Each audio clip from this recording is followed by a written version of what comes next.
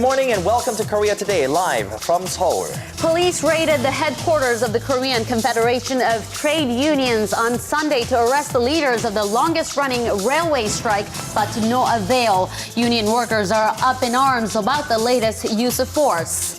That's right, Min-jung, and the overall train operation rate is expected to go down below the 80% mark this week. Details coming up in the headlines. And in business news, there is one market that's looking to improve quite substantially next year. We'll tell you which on Print. Undercover video showing UN Secretary General Ban Ki-moon dancing alone in his room. If you want to watch the actual footage, then stay for hot clicks. Traditionally taboo, but slowly becoming an accepted form of art. Tattooing has been and is still illegal unless performed by doctors, but there is a movement to give artists the right to tattoo. Tired of the same old, I drank so much I don't remember what happened to year-end parties. We have some options laid out for you as people get creative with their year-end gatherings. On Monday, December 23rd, 2013. From Arirang News, this is Korea Today.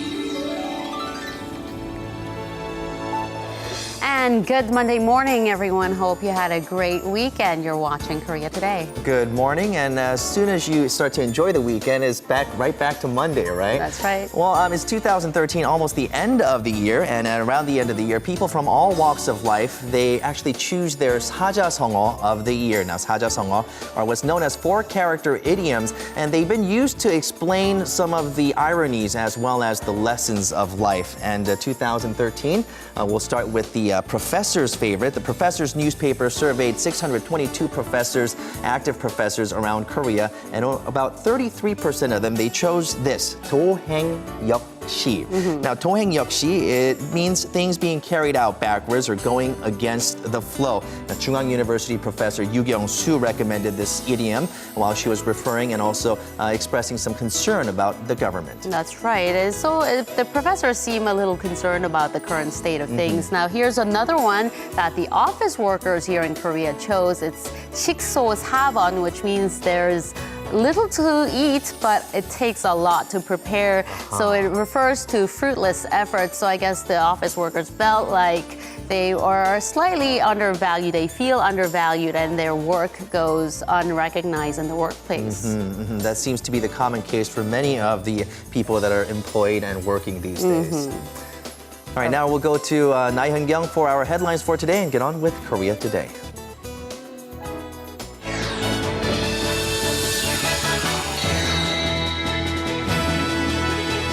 The nation's railway union strike has now entered its third week, but the standoff between the union and the government continues. As a matter of fact, it's getting much worse. On Sunday, a dramatic 12-hour-long clash between railway union workers and the police took place in downtown Seoul.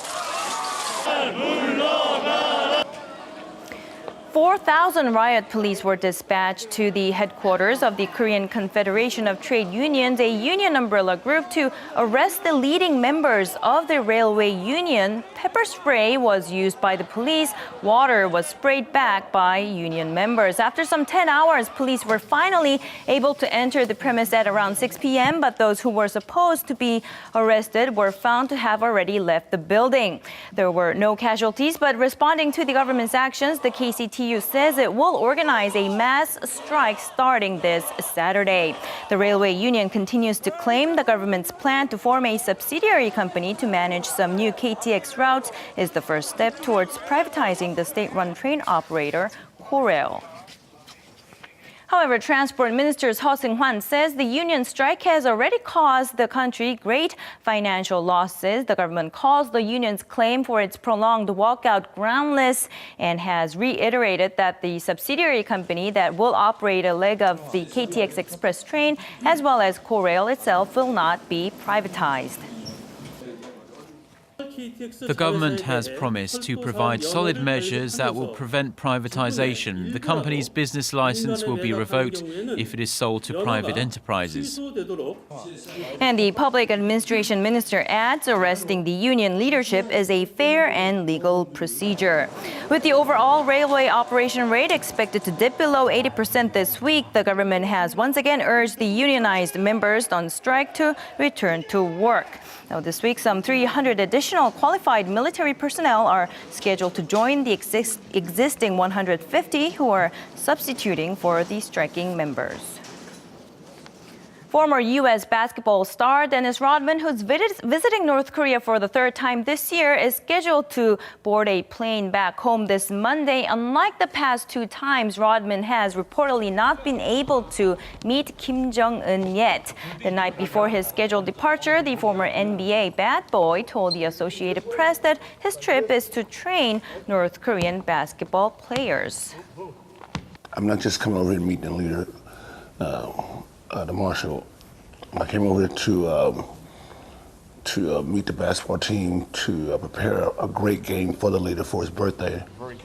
Rodman's trip comes shortly after the execution of Pyongyang's longtime second-in-command Chang Song-taek, the uncle of Kim Jong-un. Rodman says him not meeting leader Kim will not prevent him from returning next month for the basketball match he is organizing for Kim Jong-un's birthday on January 8th. Hyundai Group, which owns Korea's second-largest shipping company, says it plans to sell all of its financial units, including Hyundai Securities. The group says by doing so, it will raise as much as 1 trillion won or $940 million in cash to boost liquidity.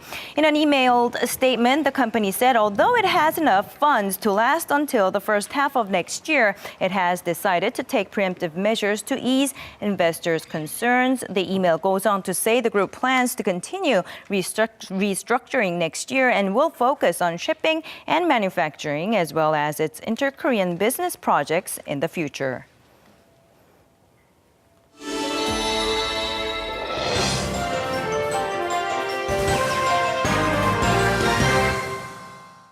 And good morning, everyone. Time for a look through your newspaper headlines. By and large, the major story this morning is the hours-long standoff between police and unionists here yesterday.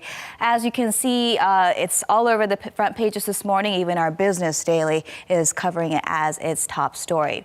Let's go ahead and launch in print this morning with a look at Joseon-ilbo. Its main headline reads, Police raid Korean Confederation of Trade Unions for first time.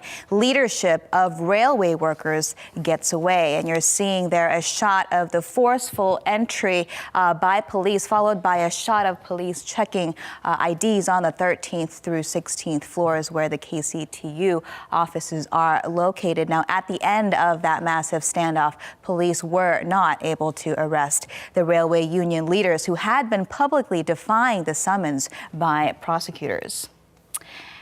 And on Jung-gu, its headline, meanwhile, adds that this is the first such raid in 18 years, making it pretty exceptional. Let's go ahead and move on over to the front page of Gyeongyang Shinmun next, which shows police breaking through the glass door marked Gyeongyang Shinmun. If you take a look at closely there, that's because KCTU shares the building also housing the said newspaper.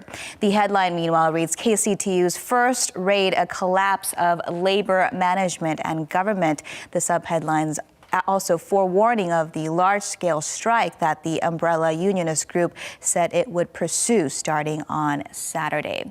We'll go ahead and leave that story there for now. Gyeongyang is also keeping a close eye on the case of the alleged political intervention by the military in last year's presidential elections, following last week's Defense Ministry announcement that the politically charged online comments were initiated and posted by lower-level civil servants and had nothing to do with upper-level military staff. Its headline this Monday morning reads, Chief of Cyber Command requested promotion for Director of Psychological Warfare Unit. That is the director who had apparently led the so-called online smear campaign. He reportedly received a nod for meritorious deed, the Order of National Security merit after the presidential race, as noted in the subheadlines there, which say there is evidence reflecting this to be true.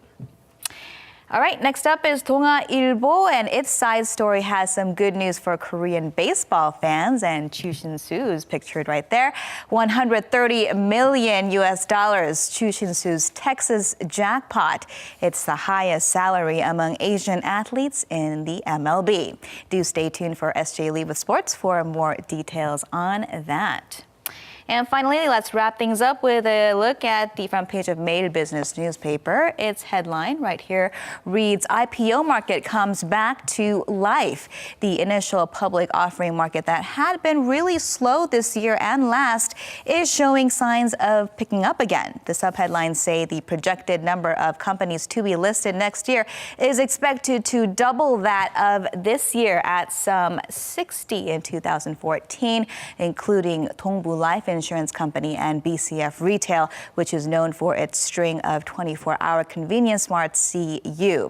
It also has an expert, Kim Kwang-ok from Korea Investment and Securities, citing this trend to the rosy outlook that the Korean economy will see a recovery next year, also amid the government's efforts to boost small and medium-sized businesses. And with that, we will wrap your look at what's in print on this Monday. Next up are your closing numbers from Friday's market action.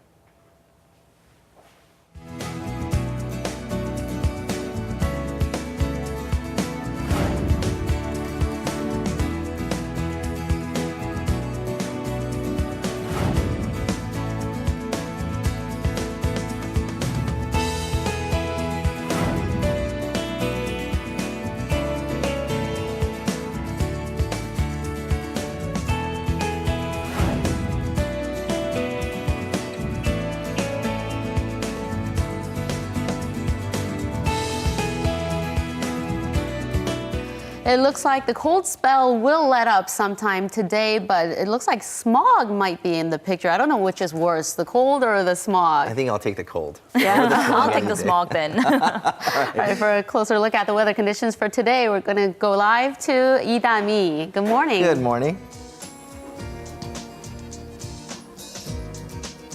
Good morning, everyone. Today I'm reporting live from Jung-gu, Seoul. Right now, temperatures are at negative 1.3 degrees Celsius. Later in the day, our afternoons will rise back up to the average seasonal temperatures, but there is quite a gap between our highs and lows, so do keep that in mind.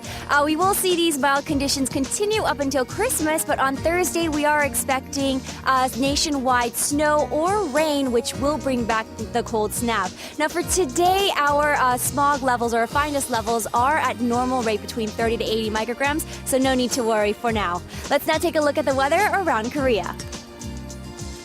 Here in Seoul, our highs will reach to 3, Daejeon at 5, Daegu at 7, Gangneung and Gwangju at 6, Jeju Island at 8 degrees. That's all I have for the weather. I'll be back in the latter half.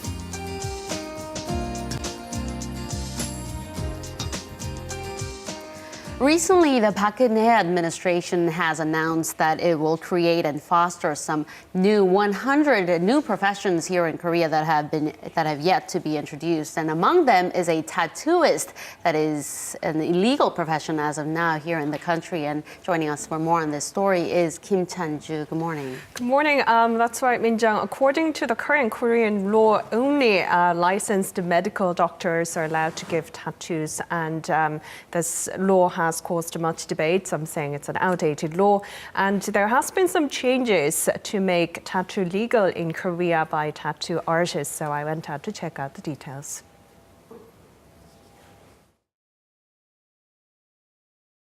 In Korea, tattoos have conventionally been associated with gangsters, some athletes and celebrities.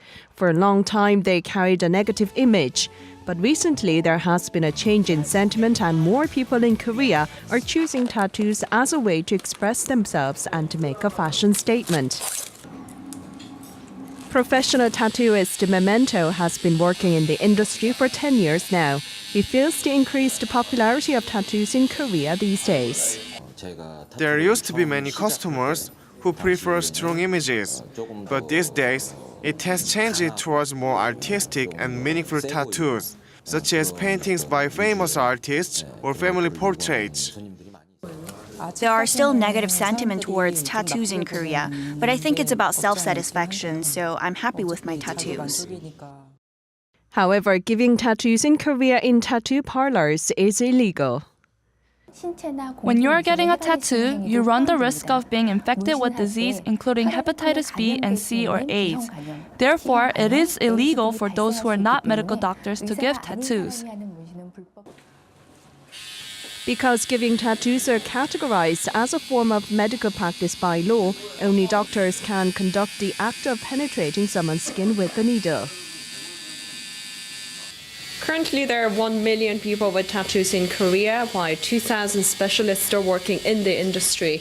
But Korean law requires those giving tattoos to be medically licensed doctors, which makes 90% of population receiving illegal procedures.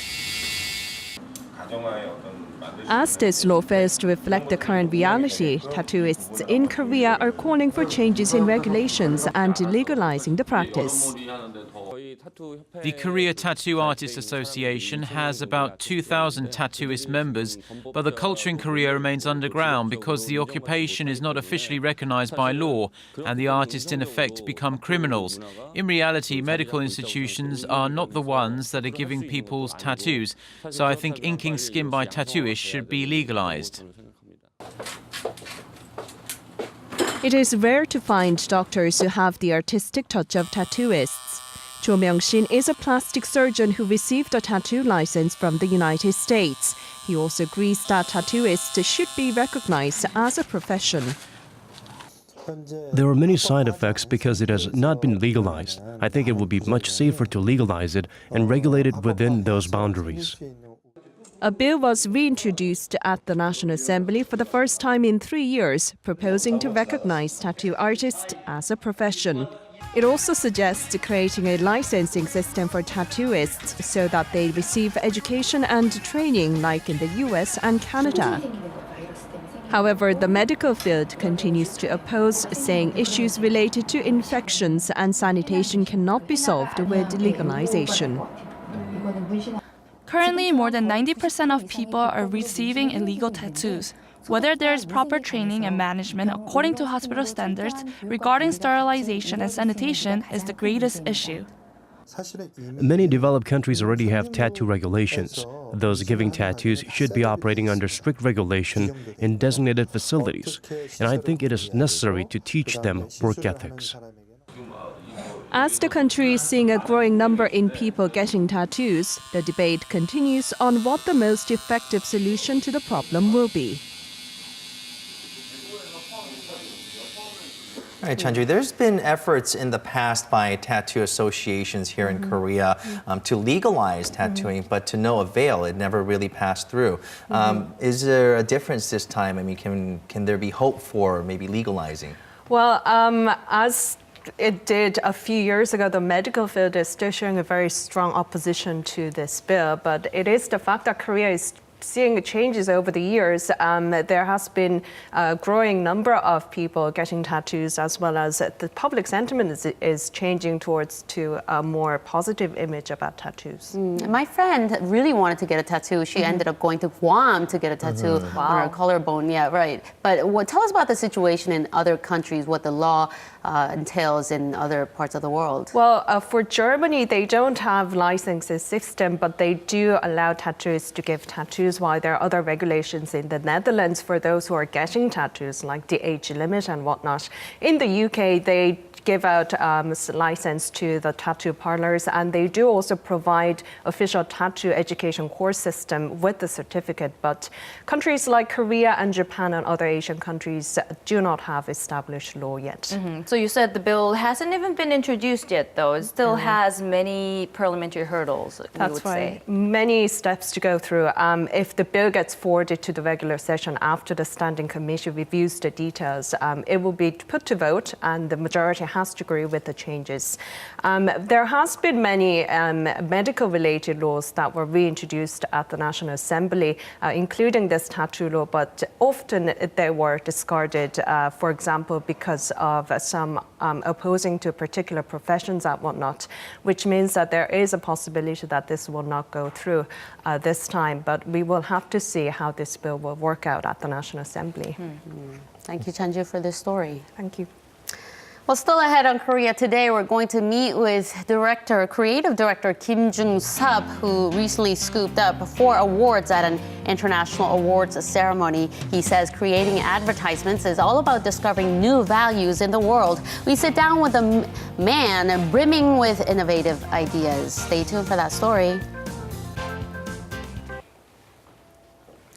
Now, adding to the events list, such as the 2010 G20 Summit and the 2012 Nuclear Security Summit, in about 10 months or so, Korea will be hosting the world's largest ICT industry, that's Information and Communication Technology, gathering at the 2014 ITU Plenipotentiary Conference that's happening in Busan. That's right. The ITU stands for International Telecommunication Union. It's a UN body that handles all issues related to information and telecommunication issues. And this conference will be held for 3 weeks, inviting some 3,000 delegates from nearly 200 countries, in fact. That's right. So a 3-week-long conference. It is quite an event. So we'll take you now to Busan.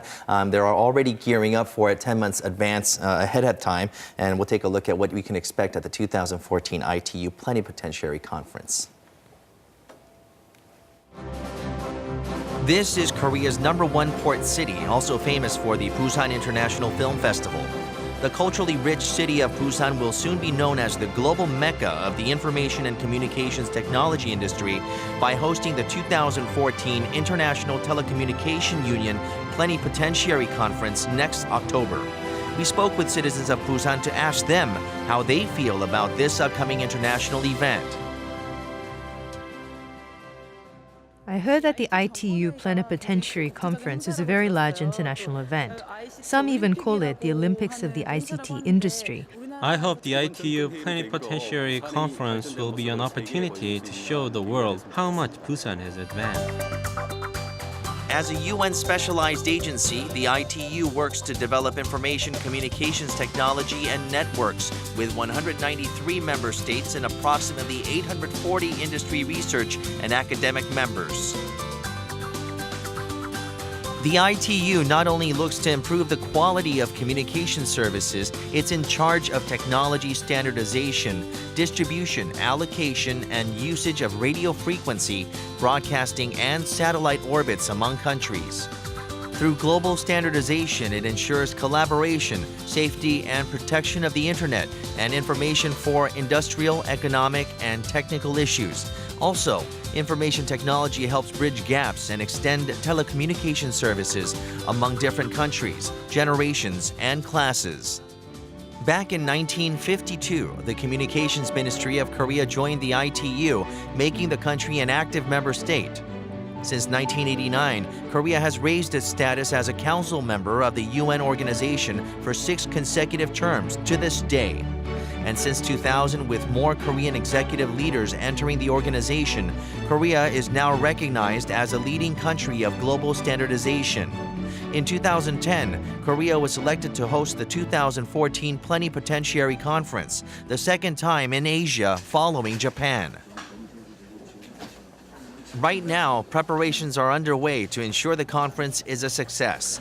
Especially the Ministry of Science, ICT, and Future Planning is working around the clock to boost national participation while making necessary arrangements. Korea is known as a strong ICT country, but recently the status began to decline. We are holding this event so the country can once again boost its status as an ICT country. Every 4 years, the ITU Plenipotentiary Conference brings together the top executives to amend, settle, and decide on the Constitution and Convention. The final Constitution and Convention of the ITU is an important document, similar to an international treaty, which needs passage from parliaments in respective countries or approval from foreign affairs ministries. The agreements hold that much weight and influence in the ICT sectors around the world. In next year's conference, agreements on the World Telecommunication ICT Policy Forum and issues like climate change, internet governance, and privacy protection are expected to be adopted.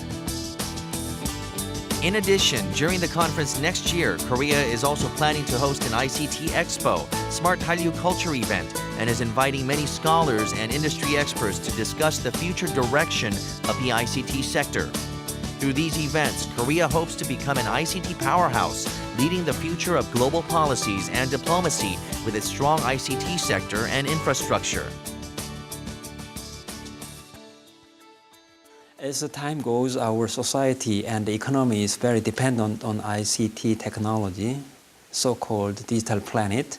For example, in Korean economy, our GDP, almost 8% of our GDP is from ICT industry. So our Korea hosting ICT plenipotentiary this year, we can show our leadership throughout the world, and we can contribute more activities on standardization activities, and also contribute a lot of our effort in narrowing the digital gap between developing countries and the developed countries. The ITU Plenipotentiary Conference will be held at Busan's Bexco starting October 20th, 2014. Over 3,000 state delegates from 193 countries and 840 private companies will be at the event in Busan, which will be held for 3 weeks. And to check on how preparations are underway, the ITU inspection team visited Busan on December 9th. After thorough inspections, the team expressed its satisfaction with the progress made so far. Sidewalls are blocked. There's no entrances on the sides. Well, the Bexco venue is extremely impressive, and the organizational team has been really supportive and fully confident that we're going to pull off a global event of extreme importance here next October. Amazing facilities in a beautiful part of the country. Next year's ITU conference is expected to be a springboard for Korea to jump ahead as a leader in the ICT sector in an era where information technology has created a new world brought together through the cyber community. Korea's current drive to build a creative economy by combining science and technology to create new markets and jobs also coincides with the goals of the ITU set forward since the year 2000. As you know, the ITU Plenipotentiary Conference is the most important conference for the Union. It's held every 4 years, and it set the working plan for the next 4 years. So it's very important, and we're very pleased to come to Korea for this meeting, because of course Korea is a leading country in the field of ICT, and we are very much looking forward. Not only the people of Busan, but the entire country is looking forward to a successful ITU Plenipotentiary Conference in 2014, which many hope will provide the gateway for the country to emerge on the global stage as a leader in the ICT sector. Some viewers might wonder, what does the ITU have to do with me? But the topics that will be discussed at the ITU Plenipotentiary Conference, they're closely related to our everyday lives. Now, the Worldwide Standard Distress Signal, SOS, it was adopted by the ITU back in 1906. Now, there are global standardization technologies adopted by the ITU that were proposed by Korea, such as those related to mobile communication, Wibro services, and terrestrial DMB services, as well as HDTV broadcasts, quality measurement methods, and much more. That's right. And last year, the ITU also officially set 2 standard emergency phone numbers for countries to use in the future. And in Korea, we dial 112 for the police and 119 for fire and emergency medical services. And emergency numbers vary between countries. So the ITU stepped in and officially decided that either 911 or 112 will be used as the standard emergency numbers worldwide. And I mean, you mentioned young radio frequency spectrums, and satellite orbits are all limited resources, so it's only natural that the role of ITU is becoming more important around the globe. Yeah, the ITU tries to empower people around the world, and regardless of country or generation or class, with access to services with these affordable and universal information and communication technologies. I mean, that's what the world is, that's the direction the world is going right now. And it's also worth noting that it's during this conference that Busan has its fireworks festival, as as well as the Busan International Film Festival. With all these events going on at the same time, I'm sure the entire city will feel like it has a grand Hallyu festival almost. Right. I mean, it seems like it's the government's push. It's in line with the government's push for creating a creative economy. But I mean, a lot will have to go into the preparation steps in order to make this a successful global event. Mm-hmm. And as you saw, the Bexco definitely is a state-of-the-art technology-filled center, and it's going to have the best of all worlds put together for this exhibition. Seems like we have a lot to talk about this event. And I'm going to the fireworks. I'm going to the Busan Film Festival. Okay, then I'll go to the ITU conference. Fine. You can cover that. Yes. Right. It's 7:30 a.m. on Korea Today, and still ahead, there are a lot of parties happening around town. It's the year-end gatherings that are going on as we speak, and many people are partying it up. Now, end-of-the-year parties, they used to center around heavy drinking and eating, but that's changing according to recent trends. Dressing up and heartwarming volunteer events are just some of the more unique options. We'll take a look at the trends. Wearing dresses. It's kind of like a cosplay affair. Out later on in the show. But first, we're going to meet with creative director Kim Jong-sup, and this is his business card. How interesting, right? This looks like a hospital, maybe a logo right in the middle there, but this is his business card. If you open it, you see the man in question. Mr. Kim Jong-sup, he is the director of this idea, I guess, a research lab. That's right. It's a research lab for new ideas. He calls himself the brand doctor. He's actually received 4 awards recently at the Creativity International Awards and has been making headlines because of this. So let's get a chance to meet the man behind the designs. The Creativity International Awards is one of the longest-running independent advertising and graphic design competitions that began in 1972. Twice a year, judges, a rotating panel of advertising and design professionals from all over the world, volunteer their time to take part in this event.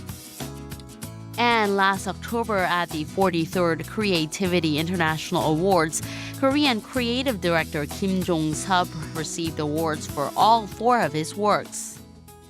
첫 번째 작품은 이제 아프리카 아이들, 말라리아로 이제 고통받고 있는 아프리카 아이들을 어떻게 하면 도울 수 있는 아이디어를 만들 수 있을까라는 생각을 하게 됐는데요. 여름철에 가로수 등을 보니까 벌레들이 많이 꼬여 있더라고요. 그래서 저기에 아프리카 아이 얼굴 하나만 붙여 놓아도 여름철에는 아프리카 아이들에게 모기장을 기부하자라는 광고가 될 수 있겠다라는 생각을 했었습니다. 그 다음 작품은 이제 어떻게 하면 사람들이 좀 종이를 아껴 쓰게 할 수 있을까라는 생각에서 내 지갑 속에 있는 내 돈이 가장 아깝지 않을까? 그럼 이 돈이랑 종이랑 어떻게 연관을 하면 이게 좋은 작품이 나올 수 있겠다라는 생각을 했었습니다.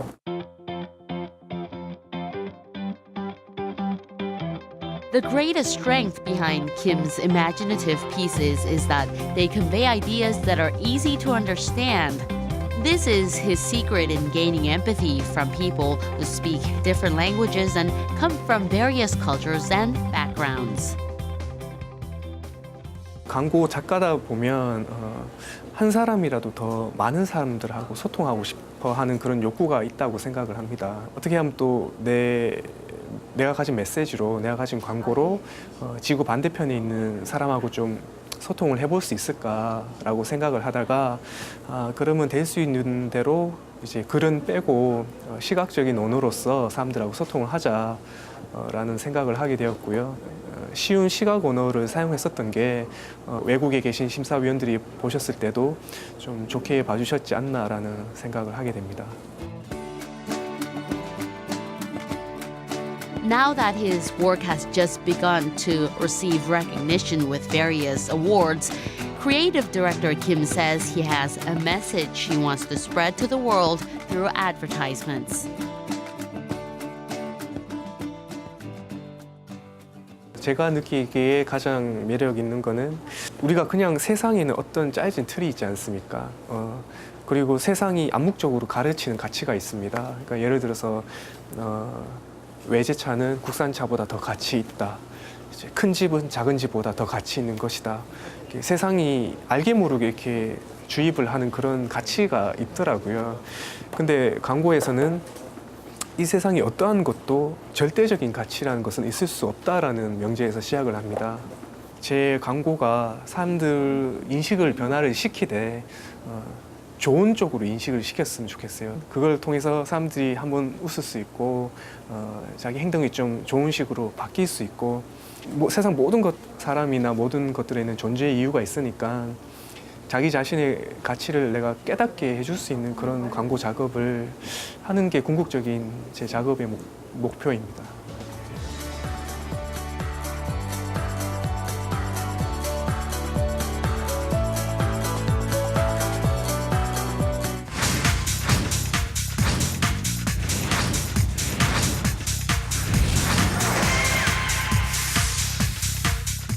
Good morning, everyone. I'm Jeonsung Cho, and welcome to Hot Clicks.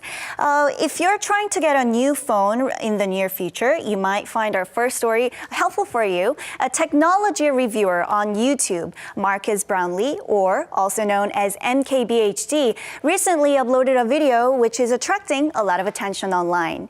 LG's flexible smartphone, the new G Flex, claims to have two noteworthy properties. First is its self-healing function. No, you didn't mishear it. Self-healing. If you scratch the back of the phone, the marks will disappear within 2 minutes.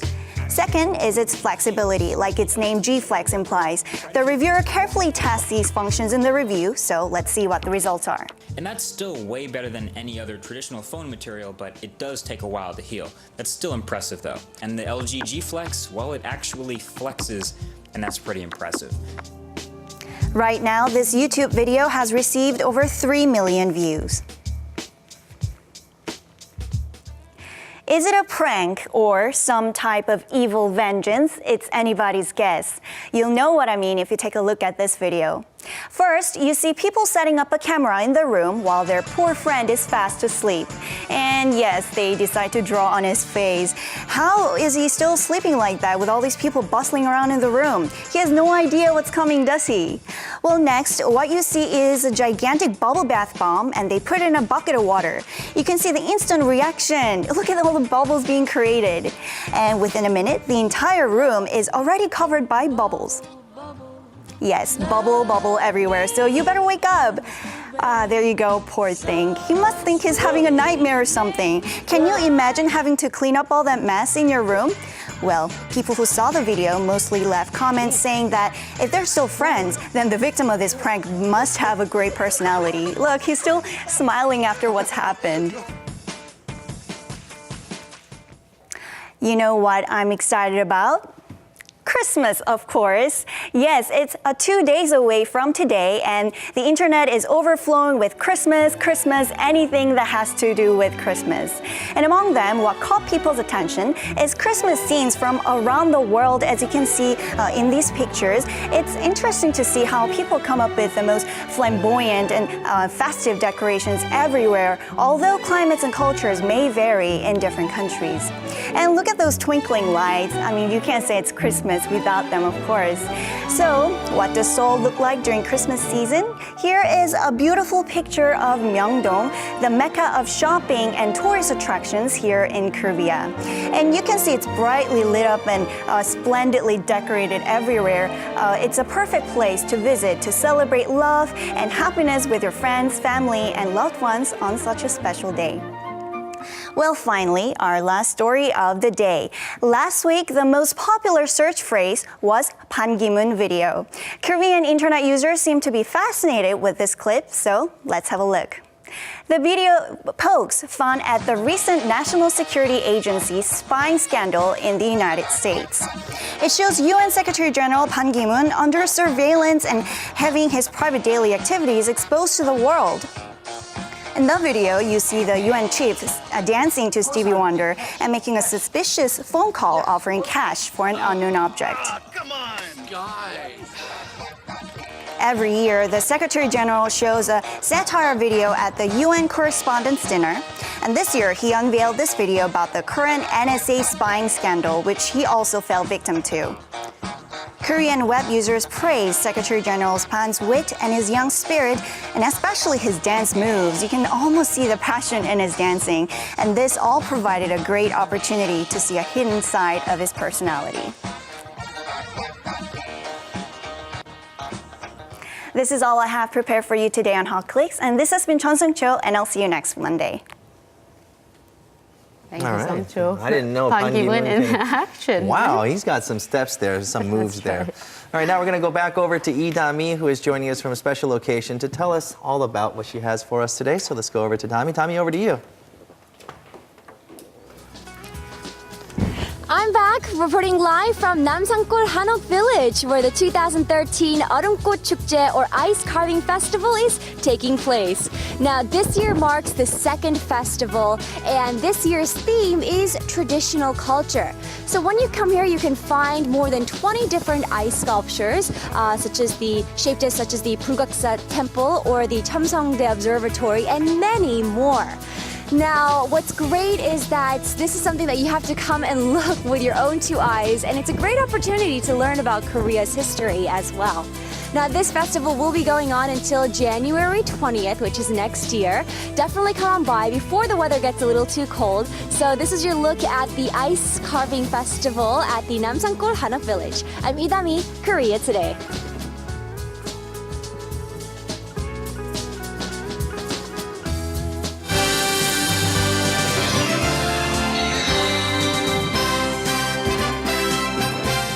And a good Monday morning to you all as we kick things off in the major leagues. Now, after all the waiting and all the talking, Choo Shin-soo has finally decided on choosing the Texas Rangers. Now, over the weekend, the 31-year-old slugger decided on signing with the American League's Texas Rangers on a 7-year deal that will pay him $130 million. Now, the deal has no options and a limited no-trade clause. And while the $130 million deal seems less than what the New York Yankees offered with the 7-year $140 million deal, Texas does not have a state tax. And while New York has a state tax of 8%. And if you calculate it all, he's technically making more than Jacoby Ellsbury, who signed for 7 years and $153 million with the Yankees. And moving on to the KBO, where the All-Star game took place over the weekend. And before the game tipped off, Lee Seung-jun of Dongbu won his 4th dunk contest, with SK's Byung Gi-hoon winning his first 3-point contest. So with that said, let's take a look at the Dream Team take on the Magic Team. Now, a tight game all around from the start as the Magic Team take a slim 34-33 lead before going into halftime with a 59-58 lead. By the third quarter of the game, Magic Team and Seoul Samsung Thunder's big man Michael Dunnigan puts up 12 points in the quarter as the Magic Team outscored them 43-30 in the third. The Dream Team rallies back in the fourth quarter of the game but falls short as the Magic Team takes this game 119-115, with SK's Kim Sun-young winning this year's MVP after posting up 12 points, 8 rebounds, and 8 assists. And now moving on to some Sunday's V-League action as the IBK Altos beat GS Caltex 3-0 over on the women's side. Meanwhile, an exciting game over on the men's side as Samsung Hwaja Blue Fangs took on Russian Cash Vespid. Now Samsung beans Samsung in the first set as they dominate Russian Cash 25-21. But all of a sudden, their offense goes Harry Houdini as the Vespid dominate the Blue Fangs in the next 2 sets, 25-14 and 25-17. Just one win away from a huge upset win here, but Leo Martinez comes alive in the 4th set as Samsung Hwaja takes the 4th set 25-21. And thanks to his 36 points in the game, the Blue Fangs rally back to take the 5th set 15-13 and a 3-2 victory. And now finishing things off with the 2013 Winter Universiade in Trentino. With the Winter Olympics right around the corner, Korea is now pretty confident that their young athletes will do well. With the Winter Universiade coming to an end over the weekend, the Koreans finished with a total of 8 gold medals, 9 silver, and 7 bronze, good for 3rd overall in the medals ranking. Most of the medals came from the short track and speed skating event where Korea has been dominating. Now the 3rd place finish only trails Russia and Poland. And with all that said, that's going to wrap it up for me. This has been SJ. Have a great rest of the day and see you guys again for your sports needs. The end of the year is fast approaching. And as we look back to all the happenings of 2013, what are some moments or events that stand out? Well, we want to know. To send us your pictures or videos of this past year to Korea Today at arirang.co.kr, and we could possibly select them and show them on air on December 31st. Include your name, brief description of what you're sending, including the city and country of where your photo or video was taken. The deadline is December 29th, so send your captured moments soon.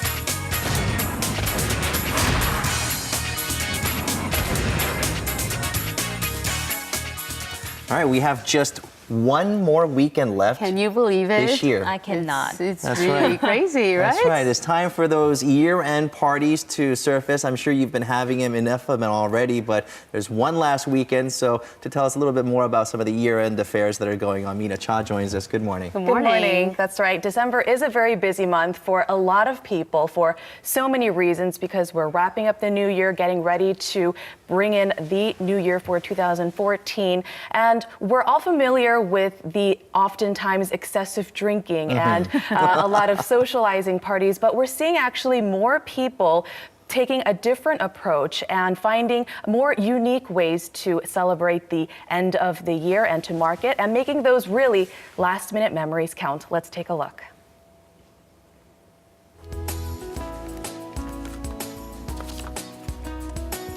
This place, bustling with people, making all sorts of dishes, will be hosting a special party soon.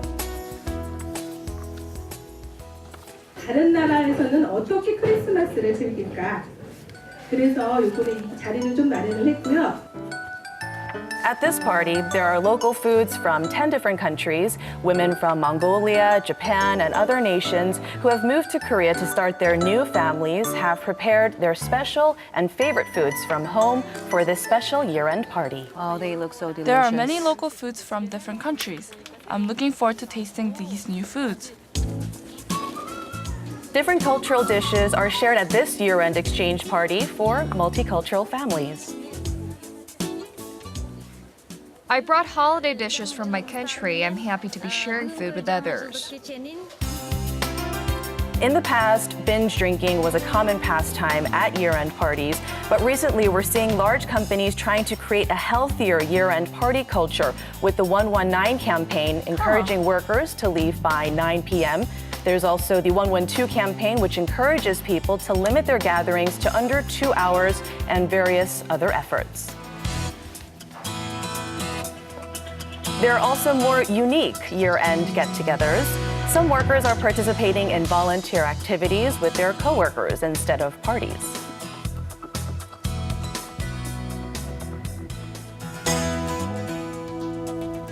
And more companies are encouraging workers to spend their holidays with their families by letting them leave work early. We celebrate the end of the year at home with the family. My in-laws are coming, so I'm preparing food. It's actually a common scene in other parts of the world, spending it with family. Yes. In Korea, it's tradition for the homemaker to make the food for family gatherings, but nowadays we're seeing more people use catering services. Wow. It's called cheating. No, it's called It's called convenience. service. Yes. Being smart. 아이고, 우리 며느리 뭐 이렇게 많이 차렸대? Using the service costs about $130. This is for a 5-person order. To have ordered this same amount of food at a restaurant would have cost over $180, so it's also quite cost efficient. When we eat out due to the atmosphere, we get distracted, but by spending the holidays with family at home, I feel like we become closer and more intimate.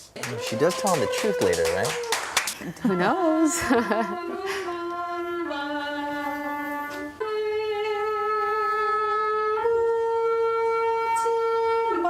She's quite the singer. Before the year ends, it's nice to see family members catching up and sharing plans for next year.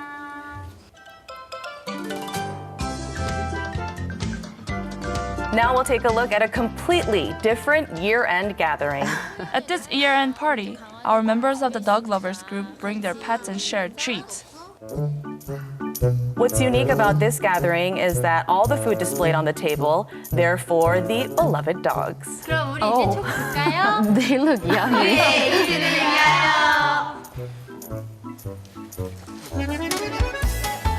And although this is a pet dog cafe, normally pets are not allowed to be on top of the tables, but today is a special occasion held only once a year. People here all treat their pets like their families, so I'm spending a meaningful time at this party, speaking to others and exchanging information. Some people are making use of year-end package deals offered by various hotels to have their year-end gatherings. What's most appealing is the unique themes and concepts these spaces take on. Some girls might love that. Around this time of year, these spaces become so popular that it's hard to experience it without making reservations. 우와! 야, 핑크색! 야, 여기 This room, dedicated top to bottom in pink, is part of a hotel party package. This group has been friends since high school and will soon graduate from university. To create some lasting memories, they came together at this hotel. They said the best part of the hotel package was that they were able to enjoy their party without any disruptions, thanks to services already prepared by the hotel. So he's the Normally, king. I don't stay in hotels, but Yes, they're since the this is a Barbies. year-end party I'm having with my friends only once a year, I decided to stay here. I'm having a great time receiving room service and drinking wine.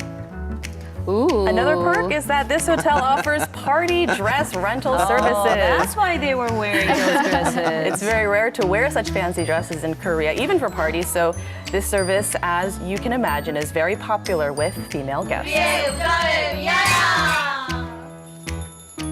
Couple of drinks. And It's very different from any other gatherings I've been to, and also I feel like a princess.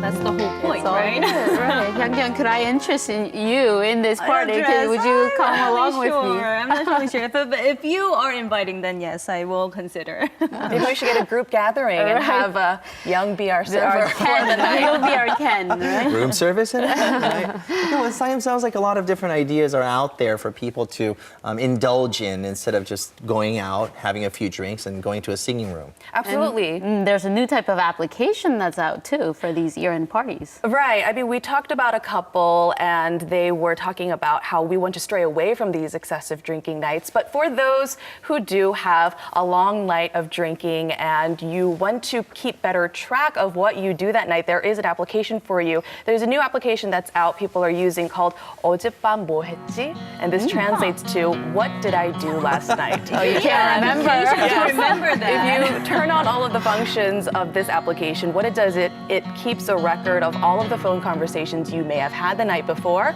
as well as keeps record of your whereabouts, where you were each and every minute. So that's also convenient. There's another application called the 스마트 안전귀가, which also translates to safe, smart, or smart, safe return home. And this also makes people keep track, or helps them keep track of where you are for, of course, safety reasons. Yeah, but Check in with a therapist before. Yeah, exactly. I mean, you don't want to remember who you called the night before. Sometimes you don't. Great, long night out, drunk dialing your ex-boyfriend, and you might have it happen. all on log, right? You have it, yeah, for you to remember, yes. All right, well, there's some helpful applications there and things to do. All right, thank you very much, Mina. Thank you so much for having me.